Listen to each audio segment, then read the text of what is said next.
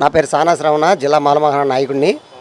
అన్నగారు, ఈ రోజున పవన్ కళ్యాణ్ గారు పుట్టినరోజు.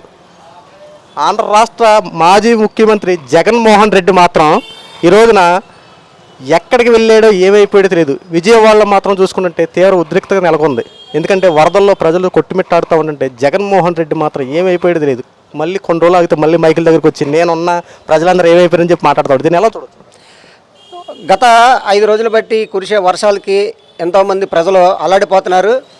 అయినా అంత వయసున్న మన చంద్రబాబు నాయుడు గారు కానీ, లేదా పవన్ కళ్యాణ్ గారు కానీ, మౌలి గారు కానీ, ఇలా బలపరిచిన ఈ యొక్క కూటమి ప్రభుత్వం చక్కగా ప్రజలకి ఏం కావాలి, ఏంటి, వరదలో చిక్కుపోయిన వాళ్ళందరికీ పనిచేస్తుంటే ఈ జగన్మోహన్ రెడ్డి ఎక్కడున్నాడో ఏంటో అన్నది ప్రజలెవరికి తెలియదు. మళ్ళీ సడన్గా ప్రత్యక్షమవుతాడు. మీరు ఇలా చేశారు, అలా చేశారని చెప్పేసి ఈ పార్టీ మీద దుమ్మెత్తిపోతాడు. మరి ప్రజలంతా గమనిస్తున్నారు, అల్లాడిపోతున్నారు ప్రజలు. వాళ్ళకి ఆహారం లేక, బట్టలు లేక, చలిగాల్లో చాలా ఇబ్బంది పడుతున్నారు.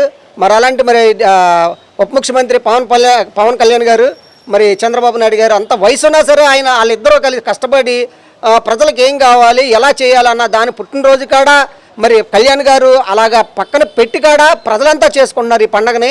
అయినా సరే ప్రజల కోసం పాకులాడే మరి పవన్ కళ్యాణ్ గారు కానీ, చంద్రబాబు నాయుడు కానీ ఎంత పని చేస్తున్నారన్నది ఈ యొక్క ఏపీ ప్రజలంతా గమనిస్తున్నారు.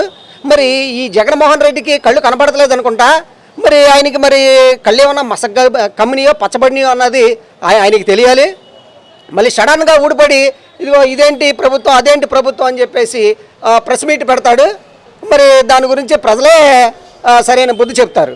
అనగారు, ఈ రోజున పవన్ కళ్యాణ్ గారు చూసుకుంటే ఈరోజు పుట్టినరోజు వేడుకల్లో ఉండాల్సినటువంటి పవన్ కళ్యాణ్ గారు ప్రజలను ఉద్దేశించి అయ్యో ఈ రోజున వరదల్లో చిక్కుకుపోయారే, ప్రజల తర్వాత ఏదైనా అంటూ పవన్ కళ్యాణ్ గారు సంచలన నిర్ణయం తీసుకొని ప్రతి నాయకులను అప్రమత్తం చేసి ప్రతి విజయవాడ చుట్టూ అన్ని విజయవాడలో ఉన్న పరిసర ప్రాంతాలన్నీ సమీక్ష చేస్తూ ప్రజలు కాపాడే పనిలో ఉన్నారు. దీన్ని ఎలా చూడవచ్చు? ప్రజలంతా అల్లాడిపోతూ ఉంటుంటే ఈ జగన్మోహన్ రెడ్డి మరి ఏమైపోయాడో, అసలు విజయవాడ మొత్తం చుట్టూ మునిగిపోయినాయి, ప్రజలంతా ఏంటి ఇలా అయిపోయారని చెప్పి ప్రతిపక్షంలో ఉండి ఆ ప్రజల్ని ఆదుకునేది పోయి మళ్ళీ తెల్లారుజామునే రాగానే మళ్ళీ ప్రెస్ మీట్ పెడతాడు. మరి మన ఏపీ ప్రజల కాడ మరి చూస్తున్నారు, గమనిస్తున్నాడు కాడ మరి ఆ చంద్రబాబు నాయుడికి ఆయనకి దేవుడు మరి ఇచ్చిన వరం, మరి పవన్ కళ్యాణ్ గారికి మరి ఈ పుట్టినరోజు సందర్భం కాడ ప్రజల దగ్గరే ఉన్నాడంటే ప్రజల దగ్గరికి వెళ్ళి ఆయన పాలన అందిస్తున్నాడంటే అది ప్రజలు ఇచ్చిన గిఫ్ట్. అది ఆయనకి సందర్భంగా మరి ఆయనకి పుట్టినరోజు శుభాకాంక్షలు ప్రజలందరూ తెలియజేస్తున్నారు. ఆ ఆశీస్సులు ఎప్పుడు నిండారా మెల్లారా ఆయనకి పవన్ కళ్యాణ్ గారికి ఉండాలని చెప్పేసి ఈ సానా శ్రవణ విజ్ఞప్తి చేసుకుంటున్నారు. అలాగే ఈ రోజున ఏలూరు నియోజకవర్గంలో పవన్ కళ్యాణ్ గారు పుట్టినరోజు వేడుకలు ఏ రకంగా చేస్తున్నారు? ఇక్కడ ఎన్నో అన్నదాన కార్యక్రమాలు, బట్టల కార్యక్రమాలు చేస్తున్నారు.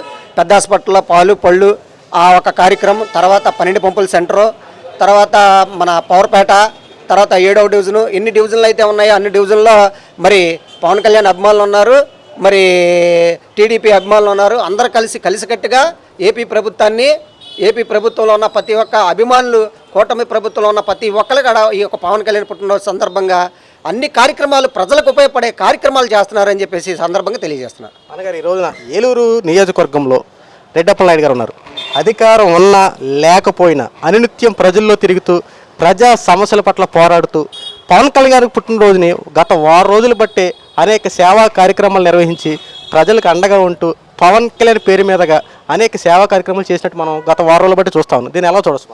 ఈ 6 రోజులు బట్టి కూడా రెడ్డప్పలనాయుడు గారు అరిపెరికిన పోరాటం చేస్తూ ప్రజల దగ్గరికి వెళ్ళి ఈ యొక్క పవన్ కళ్యాణ్ గారి పుట్టినరోజు సందర్భంగా ఎన్నో కార్యక్రమాల్లో పాల్పంచుకుని ప్రజల్లో మనుమికం అయ్యి అన్ని కార్యక్రమాల్లో కూడా చక్కగా చేస్తున్నాడు. ఆయనకి ఏ పదవి ఇచ్చినా సక్రమంగా చేస్తాడు రెడ్డప్పలనాయుడు గారు అని సందర్భంగా నేను తెలియజేస్తున్నాను. ఈ రోజున అధికారం పక్కన పెట్టేసిన రెడ్డప్పలనాయుడు గారు మాత్రం ప్రజల వెంటే ఉంటున్నారు.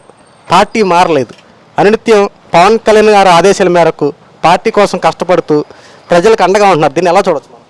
ఒక కార్మిక నాయకుడిగా ఎదిగి ఈ స్థాయికి ఆయన వచ్చాడంటే ప్రజల హృదయాలు తెలుసుకుని వచ్చిన వ్యక్తి రెడ్డప్పలనాయుడు. ప్రజలు ఎలా ఉంటారు ఏంటి అన్న దాని గురించి, ఆయనకు పదవి అన్నదాన్ని పక్కన పెడితే ఆయన ఎన్నో పదవులు అనుభవించాడు, ఆ సర్పంచులు చేశాడు, అన్నీ చేశాడు. ఇంకా ఉన్నతమైన పదవి రావాలని చెప్పేసి మన ప్రజలంతా కోరుకుంటున్నారు. ఆయన కష్టపడి పైకి వచ్చిన వ్యక్తి. అందుకనే ఇంకా ఉన్నతమైన స్థానంలోకి వెళ్ళి ఈ యొక్క కార్యక్రమాలని ఎంతో ఘనంగా తీసుకుని వెళ్తున్నాడు రెడ్డప్పలనాయుడు గారు. ఆయన కూడా నా శుభాకాంక్షలు తెలియజేసుకుంటున్నాను.